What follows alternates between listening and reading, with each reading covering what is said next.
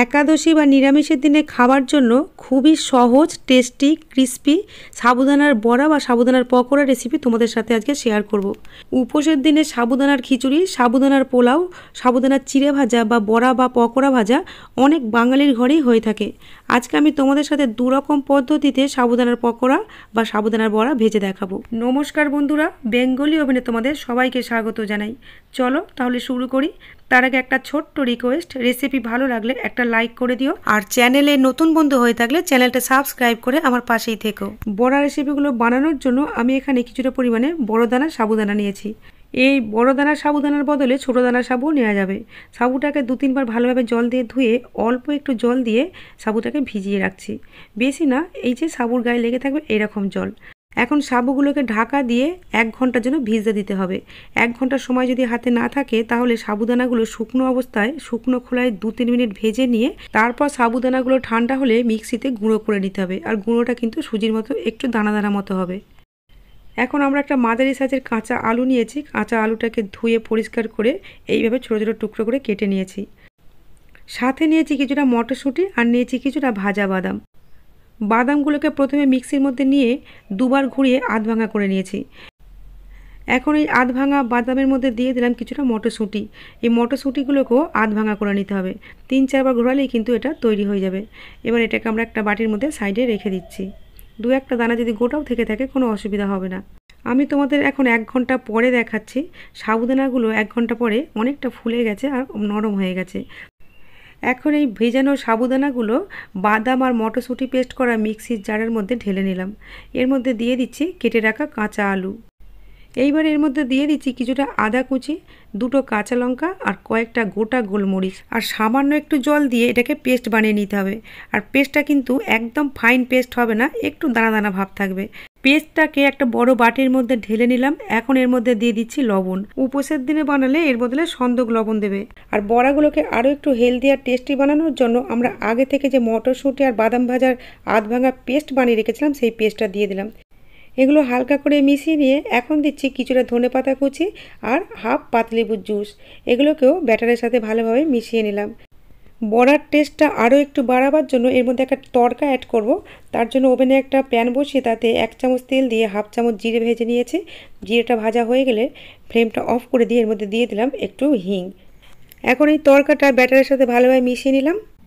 ব্যাটারটাকে আমাদের একটু ঘন বানাতে হবে, তার জন্য এখানে 4 টেবিল চামচ সুজি অ্যাড করে দিলাম। সুজির বদলে চালের গুঁড়োও দেওয়া যাবে। আর এই সুজি বা চাল গুঁড়ো পকোড়াগুলোকে অনেক বেশি ক্রিস্পি করবে। তবে বয়স্ক মানুষদের জন্য বানালে এর বদলে কিন্তু আটা দিতে হবে। সুজিটা ব্যাটারের সাথে ভালোভাবে মিশিয়ে নিয়ে আমি 10 মিনিটের জন্য চাপা দিয়ে রেখে দিয়েছিলাম। এখন আমি 10 মিনিট পরে দেখাচ্ছি, দেখো ব্যাটারটা কতটা ঘন হয়ে গেছে। এখন এর মধ্যে হাফ চা চামচ জোয়ান দিয়ে জোয়ানটাকে ভালোভাবে মিশিয়ে নিয়েছি। এগুলো ভাজার জন্য একটা প্যানের মধ্যে তেল দিয়ে দিলাম কিছুটা। তেলটা ভালোভাবে গরম হয়ে গেলে মাঝারি হিটে বড়াগুলোকে ভেজে নিতে হবে। এইভাবে ছোটো ছোটো করে দিতে হবে। আমি যেহেতু এখানে শ্যালো ফ্রাই করছি তাই এইভাবে ছোটো ছোটো করে দিচ্ছি।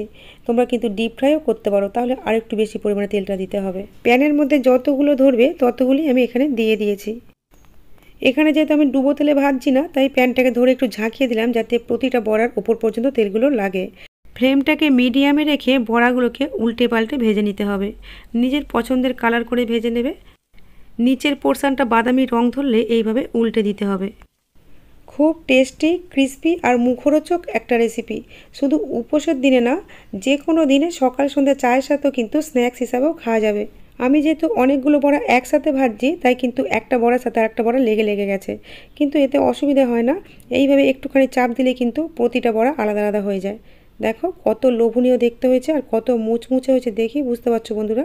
বড়াগুলো ভাজা হয়ে গেলে তেল থেকে ছেঁকে তুলে নিতে হবে। একটা তোমাদের সামনে থেকে দেখাই, দেখো বন্ধুরা ওপরটা কতটা মুচমুচে হয়েছে আর ভিতরটা ফ্লাফি।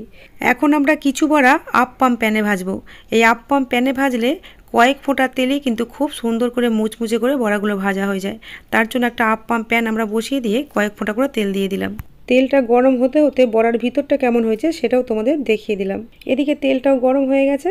এখন তেলের মধ্যে একটু করে ব্যাটার আমরা এইভাবে দিয়ে দেব।